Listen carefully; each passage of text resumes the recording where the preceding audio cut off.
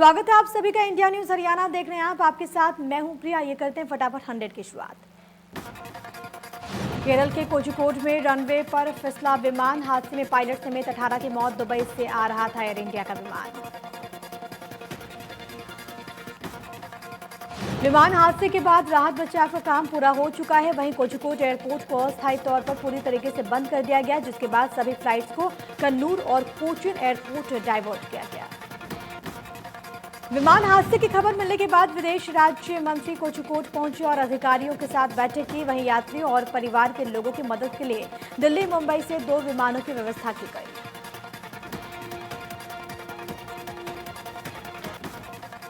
बिहार में बाढ़ से हालात बेकाबू। गंगा समेत 9 नदियां खतरे के निशान से ऊपर। मुजफ्फरपुर में बाढ़ से हालात बेहाल।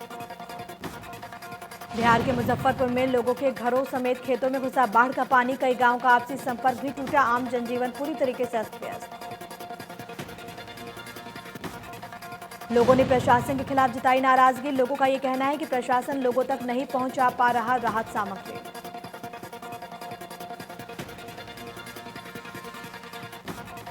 केरल के नारकोल में बाढ़ जैसे हालात। घरों में घुसा बाढ़ का पानी। पुलिस और प्रशासन की टीम राहत बचाव काम में जुटी। पूरी दुनिया में कोरोना ने मचाई तबाही। अब तक सामने आए कोरोना के 1,95,23,000 से ज्यादा मामले। अमेरिका में कोरोना ने मचाई सबसे ज्यादा तबाही। अब तक सामने आए कोरोना के 50,95,340 केस। अमेरिका में अभी तक कोरोना से 63,000 से ज्यादा मौतें हो चुकी हैं। ब्राजील में कोरोना के 29,67,064 मामले रिपोर्ट हुए। ब्राजील में अब तक 49,052 लोगों ने जान गंवाई। अब भी 8 लाख के करीब एक्टिव केस। रूस में कोरोना का कहर जारी। लगातार बढ़कर मरीजों की संख्या पहुंची 8,77,135। अब भी 1,78,000 से ज्यादा केस एक्टिव। 5,241 मौतें। देश में कोरोना का कहर जारी। एक दिन में सामने आए 61,455 नए मामले। 20,86,000 के पार मरीजों की संख्या। अब तक 42,578 मौत। महाराष्ट्र में लगातार बढ़ रही कोरोना संक्रमितों की संख्या। 24 घंटे में सामने आए 10,483 नए मामले। राज्य में मरीजों की संख्या हुई 4,90,262। 17,000 से ज्यादा मौत। तमिलनाडु में कोरोना से लोगों में दहशत का माहौल। अब तक सामने आए 2,85,024 केस। 2,75,000 से ज्यादा मरीज स्वस्थ। कोरोना के मामले में तीसरे नंबर पर आंध्र प्रदेश। अब तक सामने आए 2,06,960 मामले। अब तक 1,842 लोगों ने गंवाई जान। दिल्ली में कोरोना की रफ्तार पर लगी लगाम। दिल्ली में अब 10,409 केस एक्टिव। 4,082 मौतें। उत्तर प्रदेश में 24 घंटे में सामने आए 4,404 नए मामले। राज्य में मरीजों की संख्या हुई 1,13,378। अब तक 1,981 लोगों ने गंवाई जान। हरियाणा में जारी है कोरोना की तबाही। 24 घंटे में सामने आए 751 नए मामले। मरीजों का आंकड़ा हुआ 40,000 के पार। प्रदेश में 6,000 से ज्यादा केस एक्टिव। सोनीपत में 24 घंटे में सामने आए 52 नए मामले। जिले में मरीजों की संख्या हुई 3,209। अब तक 33 मौत।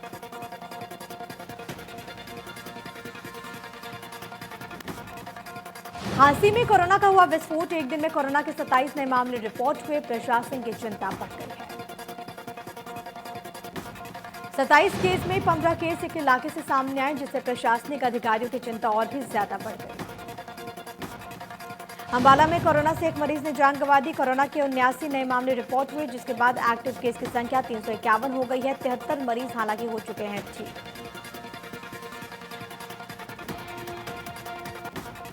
सिरसा में कोरोना मरीजों का आंकड़ा 500 के पार जा पहुंचा। पुलिसकर्मियों सहित 9 नए मामले रिपोर्ट हुए। 3 मरीजों को छुट्टी मिली। Active case 211। 284 मरीज हो चुके हैं स्वस्थ। नूंह में 24 घंटे में कोरोना के 6 नए मामले सामने आए। 5 मरीजों को डिस्चार्ज किया गया। जिले के 4 से 5 अस्पतालों में RT-PCR टेस्ट और रैपिड एंटीजन टेस्टिंग किट से सैंपल लिए जा रहे। जिले में एक्टिव केस 53।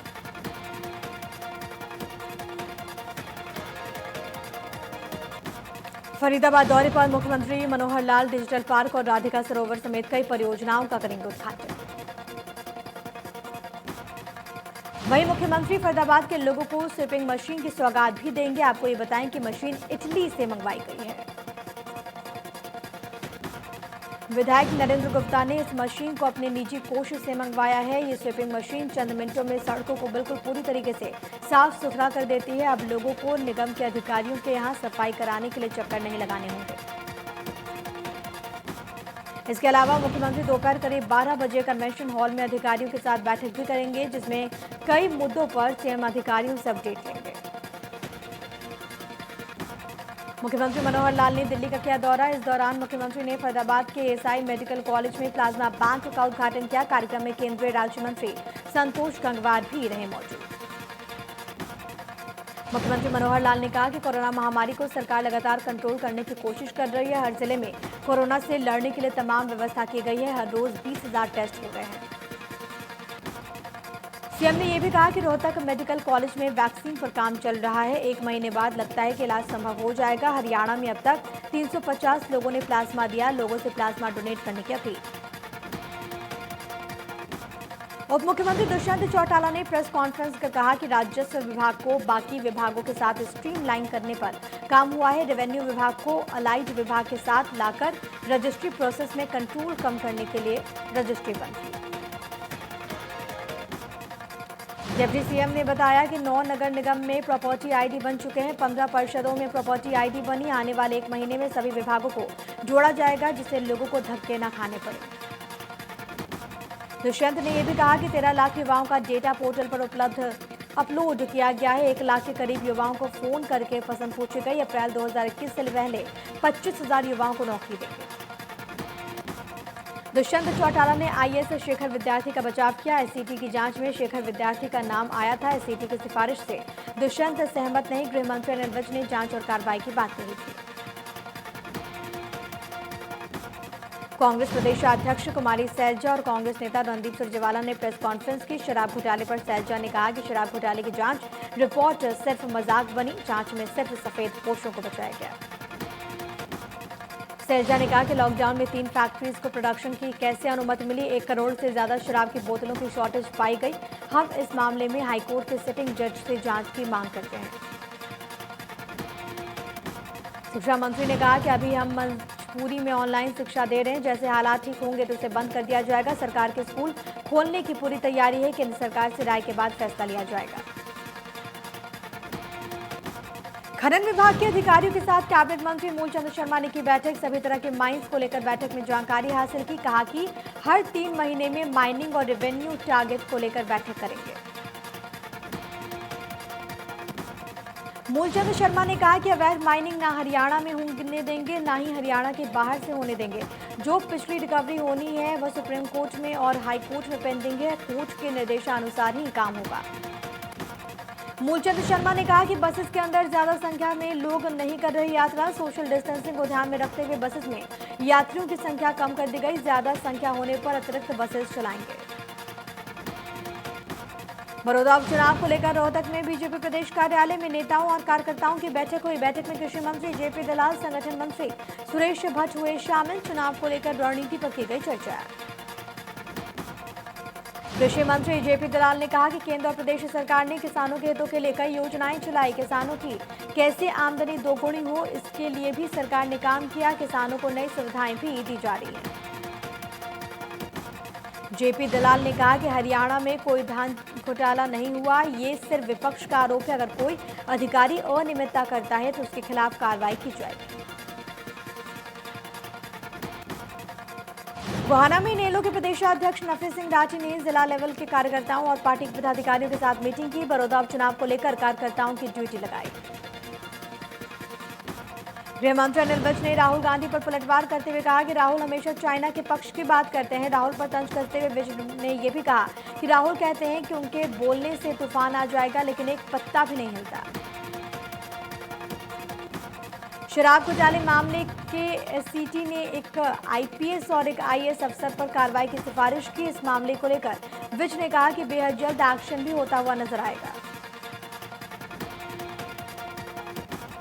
भारतीय किसान यूनियन के प्रदेशाध्यक्ष सरदार गुरनाम सिंह को सोशल मीडिया के जरिए जिंदा जलाने की धमकी मिली है, जिसकी शिकायत के बाद आईटी एक्ट के तहत कुरुक्षेत्र पुलिस ने मुकदमा दर्ज किया। पुलिस को दी गई शिकायत में गुरनाम सिंह ने कहा कि कृष्णलाल सैनी नाम के एक व्यक्ति ने फेसबुक पर एक पोस्ट की, जिसमें आरोपी ने शिकायतकर्ता पर बेबुनियाद आरोप लगाए। वीडियो में आरोपी ने गुरनाम सिंह को जिंदा जलाने की धमकी दी। अब पहले की तरह सड़कों पर दौड़ रहे रोडवेज। परिवहन विभाग ने लिया पूरी क्षमता के साथ बसें चलाने का फैसला। सोशल डिस्टेंसिंग और मास्क पहनना जरूरी।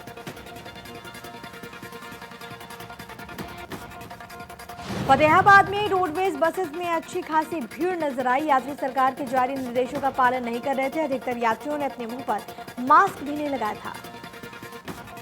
रोडवेज बसेस में यात्री एक दूसरे से सटकर यात्रा कर रहे हैं, जो कि खतरे से खाली नहीं है। रोडवेज के जीएम ने कहा कि अब 52 सीटों पर 52 यात्री सफर कर सकेंगे, जबकि इससे पहले एक बस में सिर्फ 30 यात्री ही बैठ सकते थे। अंबाला छावनी बस स्टैंड पर बसेस में यात्रियों की भीड़ नजर आई। बसेस के अंदर और बाहर सोशल डिस्टेंसिंग के नियम जमकर टूटते हुए नजर आए।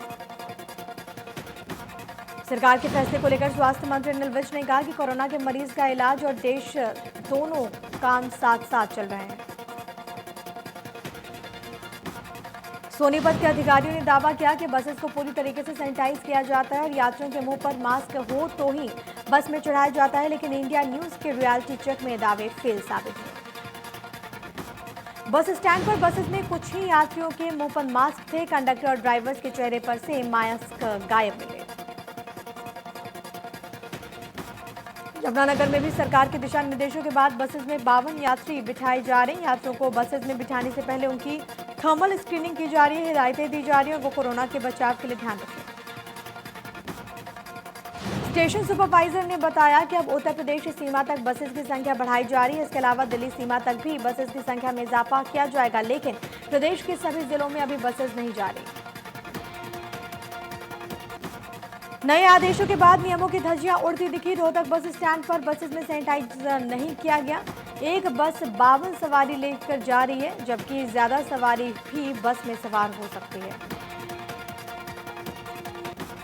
हरियाणा गुरुद्वारा प्रबंधक कमेटी के प्रधान पद को लेकर नॉमिनेशन भरा गया। कमेटी के टोटल 36 सदस्य हैं। नलवी और झिंडिया ग्रुप में कांटे की टक्कर है। झिंडिया ग्रुप से जसवीर सिंह खालसा ने नॉमिनेशन भरा। कृषि क्षेत्र से जुड़े 3 अध्यादेश लागू करने के विरोध में गोहाना में भारतीय किसान यूनियन ने जिला स्तरीय मीटिंग की। मीटिंग में भारतीय किसान यूनियन के प्रदेशाध्यक्ष गुरनाम सिंह ने हिस्सा लिया। गुरनाम सिंह चढ़ूनी ने कहा कि हाल ही में कृषि क्षेत्र से जुड़े 3 अध्यादेश लागू करने को लेकर पूरे प्रदेश में किसानों में भारी गुस्सा है। किसान लगातार इस अध्यादेश को वापस लेने की मांग करते हुए आ रहे हैं। गुरनाम सिंह ने यह भी कहा कि किसान प्रदेश में 15 अगस्त को सरकार से मांग करेंगे, जिसकी वजह से किसान भारी संख्या में हर जिले और तहसील लेवल पर मोटरसाइकिल्स पर काले झंडे लगाकर और अध्यादेशों की प्रतियां जलाकर विरोध जताएंगे। पीटीआई को नौकरी से हटाने के मामले ने अब तूल पकड़ना शुरू कर दिया है। सिरसा में आमरण अनशन पर बैठे एक पीटीआई का परिवार भी धरने पर बैठ गया। पीटीआई टीचर्स ने सरकार के खिलाफ नारेबाजी की। महिला टीचर्स ने हाथों में थाली बजाकर सरकार के खिलाफ नारेबाजी की। पीटीआई टीचर्स ने कहा कि सरकार पीटीआई की बहाली को लेकर सुप्रीम कोर्ट में पक्ष रखे। अगर सरकार ने उन्हें बहाल नहीं किया तो वो उग्र प्रदर्शन करने को मजबूर होंगे।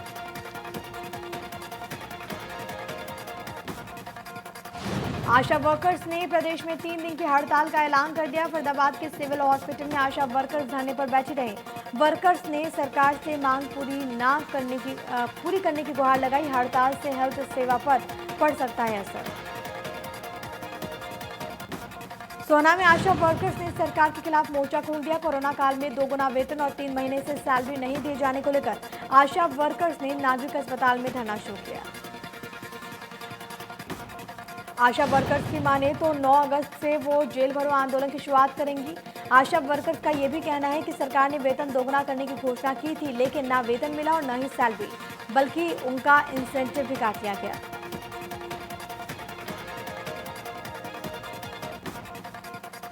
गुरुग्राम में फिर फूटा अवैध रजिस्ट्री का भंडा। ईडब्ल्यूएस फ्लैट की रजिस्ट्री में हुआ था घायल में 6 उप तहसीलदारों के खिलाफ मुकदमा दर्ज।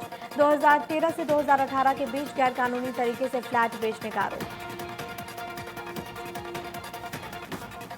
भवानीखेड़ा में घरों और गलियों में जलभराव की स्थिति बनी हुई है, जिसके बारे में प्रशासनिक अधिकारी को बताने के बाद भी समाधान नहीं हो रहा। सीवरेज व्यवस्था ठप होने की वजह से पानी की निकासी नहीं हो रही।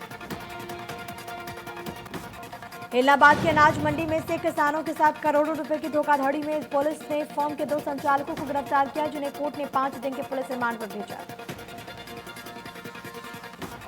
बता दें कि 20 जून को करीब 80 किसानों ने चिन्ना फार्म पर किसानों ने गेहूं खरीदकर भुगतान न किए जाने के आरोप लगाते हुए इलाहाबाद पुलिस थाने में मुकदमा दर्ज कराया था। इस मामले में एक आरोपी पवन कुमार को पुलिस ने गिरफ्तार कर लिया है।